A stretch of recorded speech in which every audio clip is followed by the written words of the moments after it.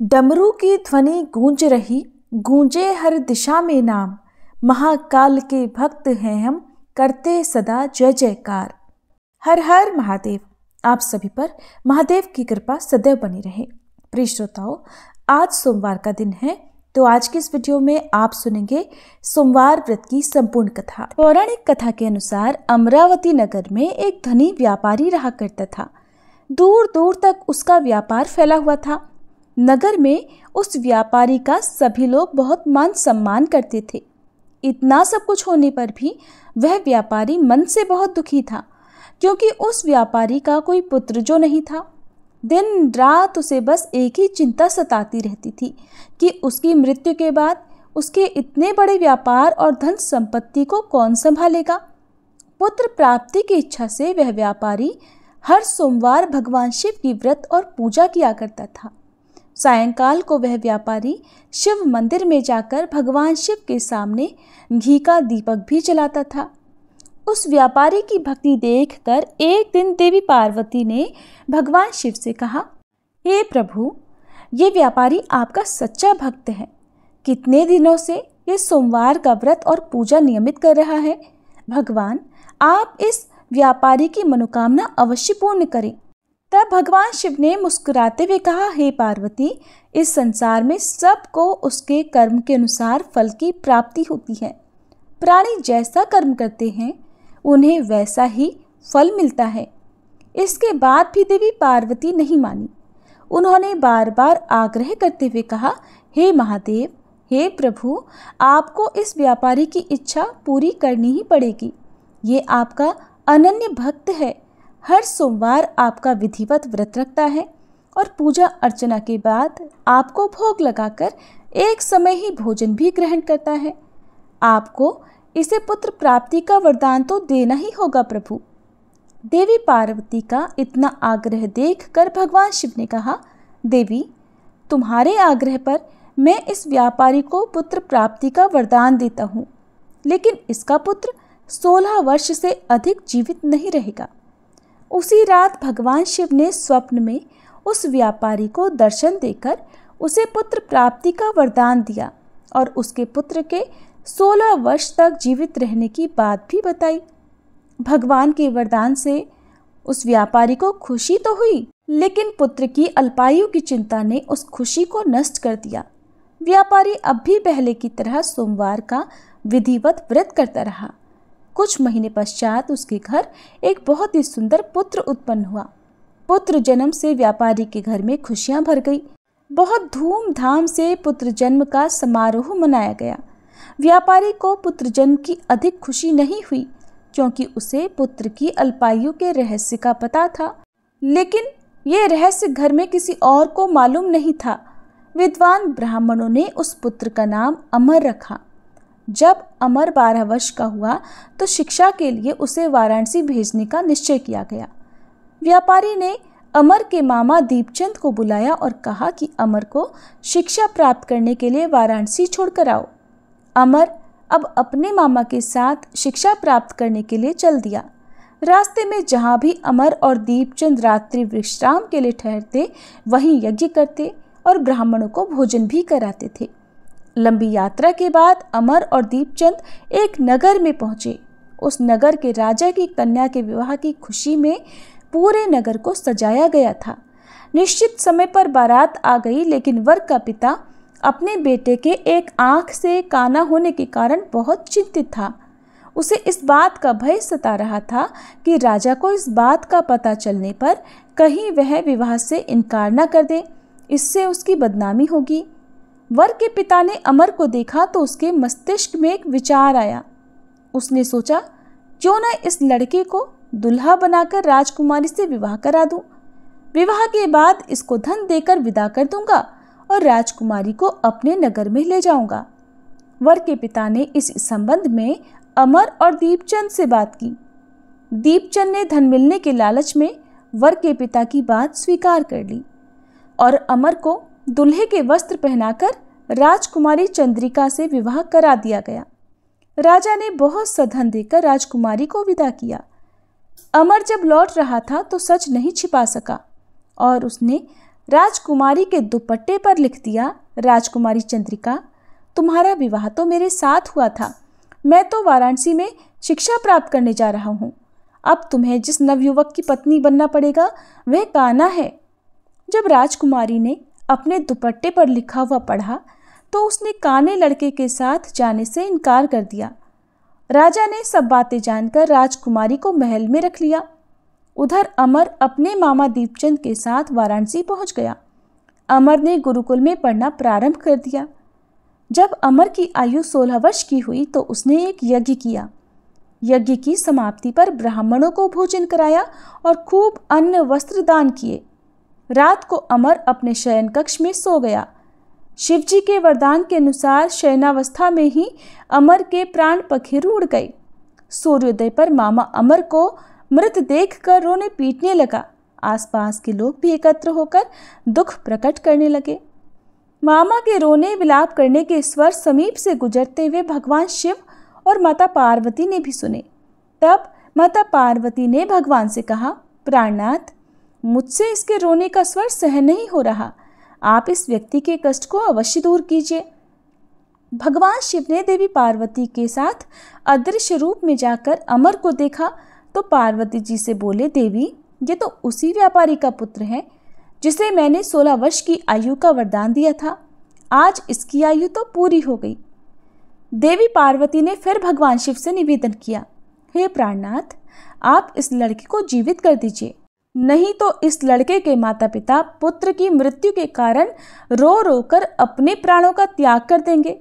इस लड़के का पिता तो आपका परम भक्त है, वर्षों से सोमवार का व्रत करते हुए आपको भोग लगा रहा है।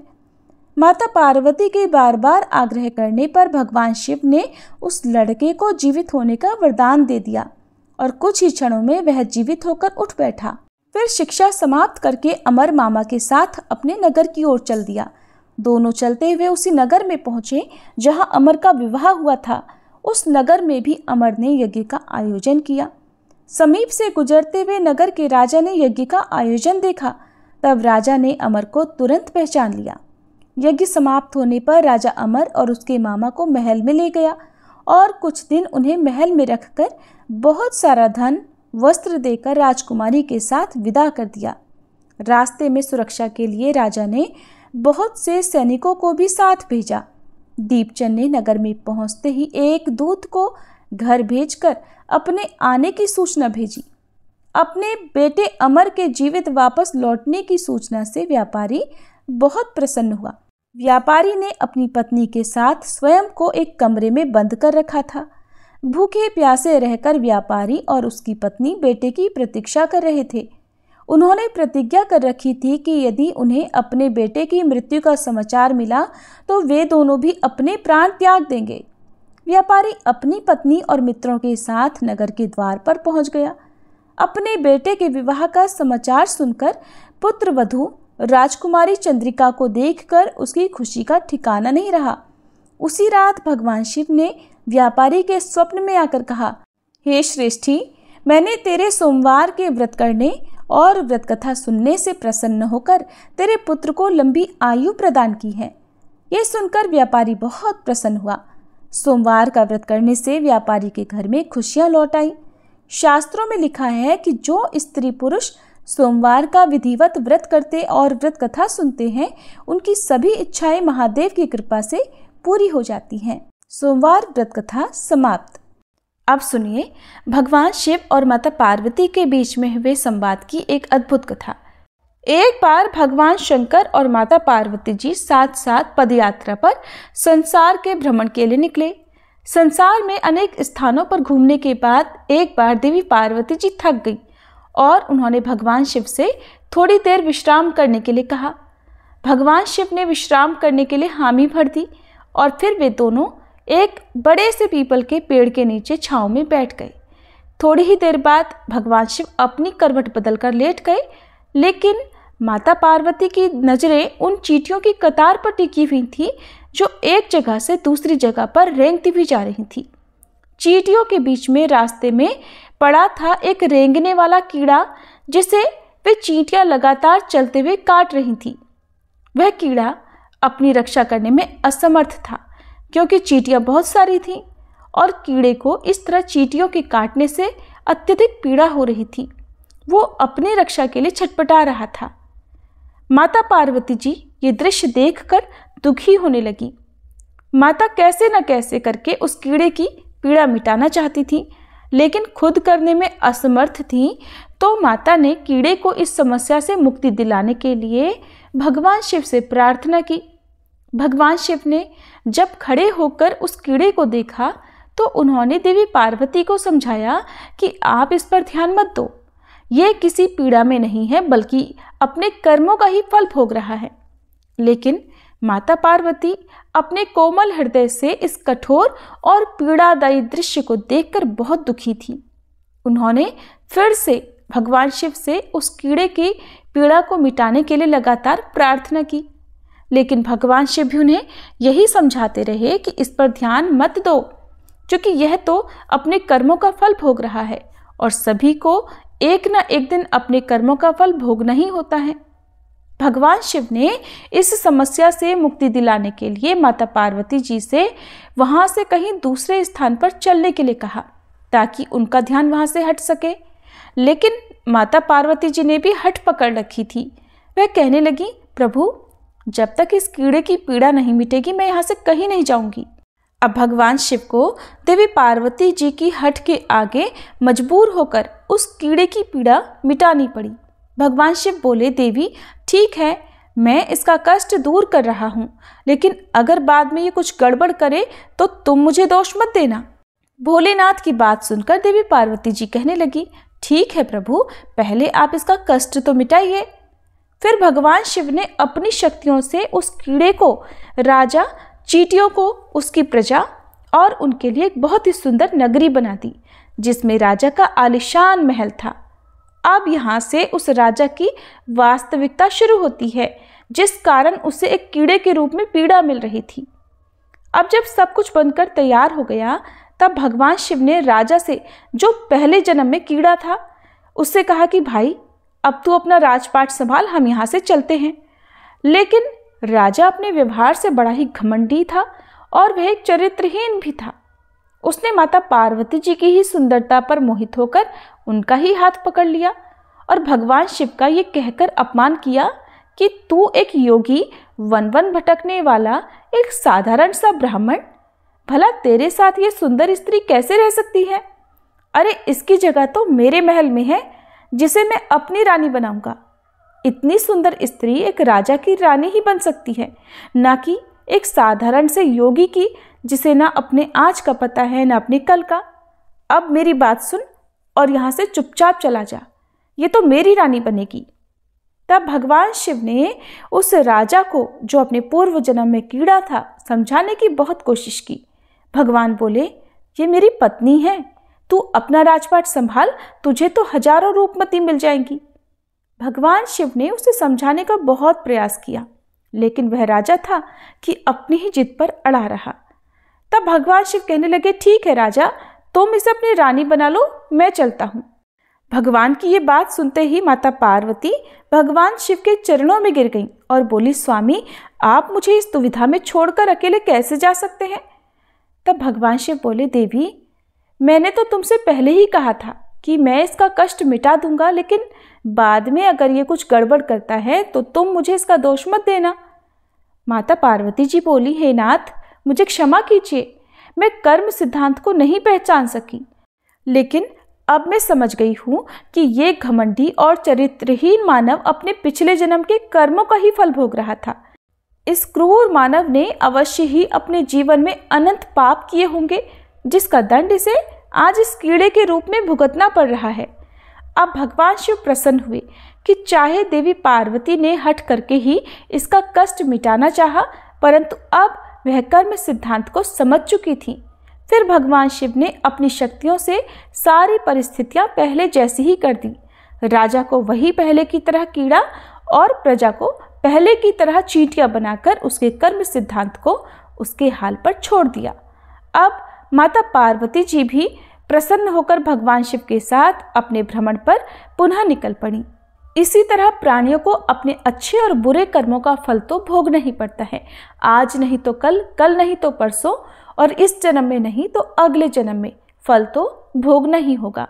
प्रिय श्रोताओं, अब आपको सुनाते हैं नवग्रहों की कथा। ज्योतिष शास्त्र में नवग्रहों को बहुत ही महत्वपूर्ण माना जाता है, क्योंकि इन्हीं ग्रहों की चाल के कारण सभी राशियों के जीवन पर सकारात्मक या नकारात्मक प्रभाव पड़ते हैं। लेकिन कथा सुनाने से पहले आपको नवग्रहों के माता पिता के बारे में भी बताते हैं कि इन सभी नवग्रहों के माता पिता कौन हैं। ज्योतिष विज्ञान में ग्रह और उनकी दशा का विशेष महत्व है।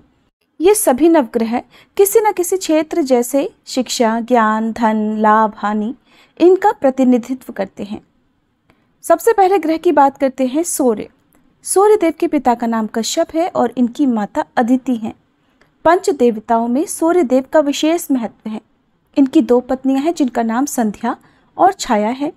शनिदेव भगवान सूर्य के पुत्र हैं और यमराज और देवी यमुना भी इनकी संतान हैं। दूसरे ग्रह हैं चंद्र ग्रह। चंद्रदेव महर्षि अत्रि के पुत्र हैं और उनकी माता का नाम अनुसुईया है। शास्त्रों के अनुसार चंद्रदेव की 27 पत्नियां हैं जो 27 नक्षत्रों का प्रतिनिधित्व करती हैं। चंद्रदेव बुध ग्रह के पिता हैं। तीसरे ग्रह है मंगल ग्रह। शास्त्रों में बताया गया है कि मंगल देव के पिता भगवान शिव हैं और भूदेवी इनकी माता हैं। मंगल पूरी तरह से ब्रह्मचारी हैं। मांगलिक दोष का संबंध भी इन्हीं ग्रह से होता है। चौथे ग्रह हैं बुध ग्रह।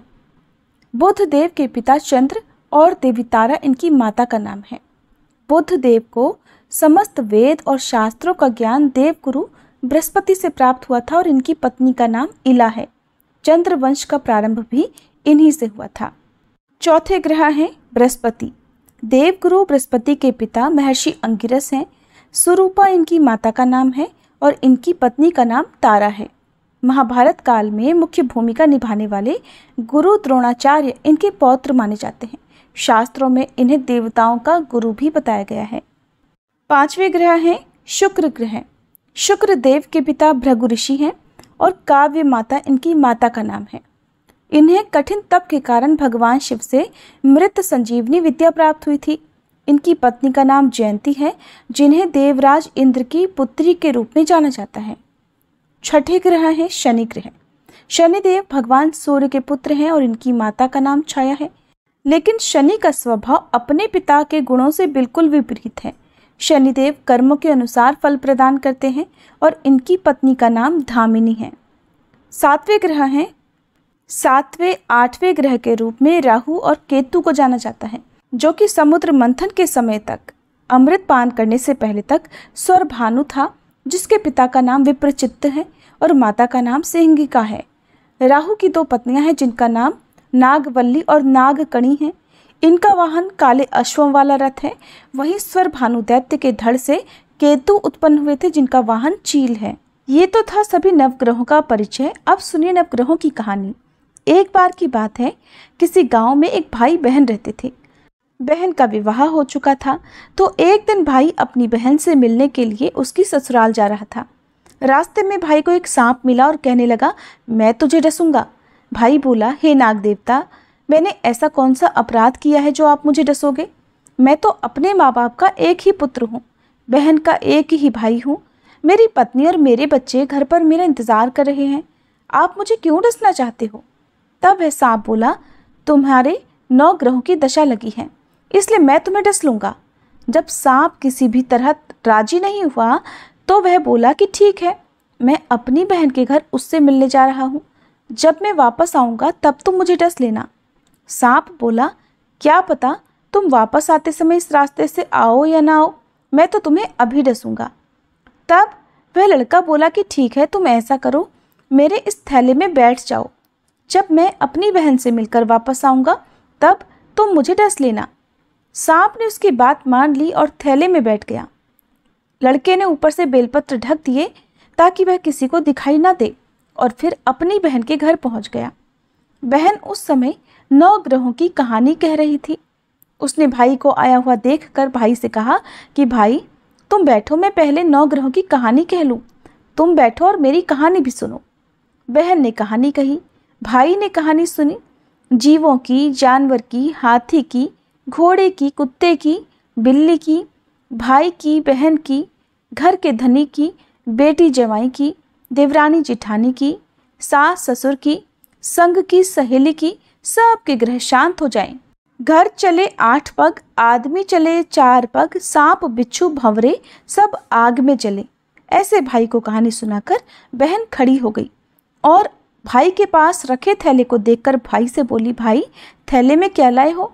इससे पहले कि भाई कुछ कहता, उसने वह थैला उठाया और घर के अंदर ले गई। थैला खोलकर देखा तो बेलपत्र, केले और संतरे बन गए और सांप एक चमचमाता हुआ हार बन गया। जब हार पहनकर वह बहन बाहर आई तो बहन के गले में चमचमाता हार देखकर भाई बोला, बहन इतना कीमती हार तुम कहाँ से लाई हो? बहन बोली, भाई तुम ही तो लाए हो मेरे लिए। थैले में केले और संतरे के साथ हार भी तो था।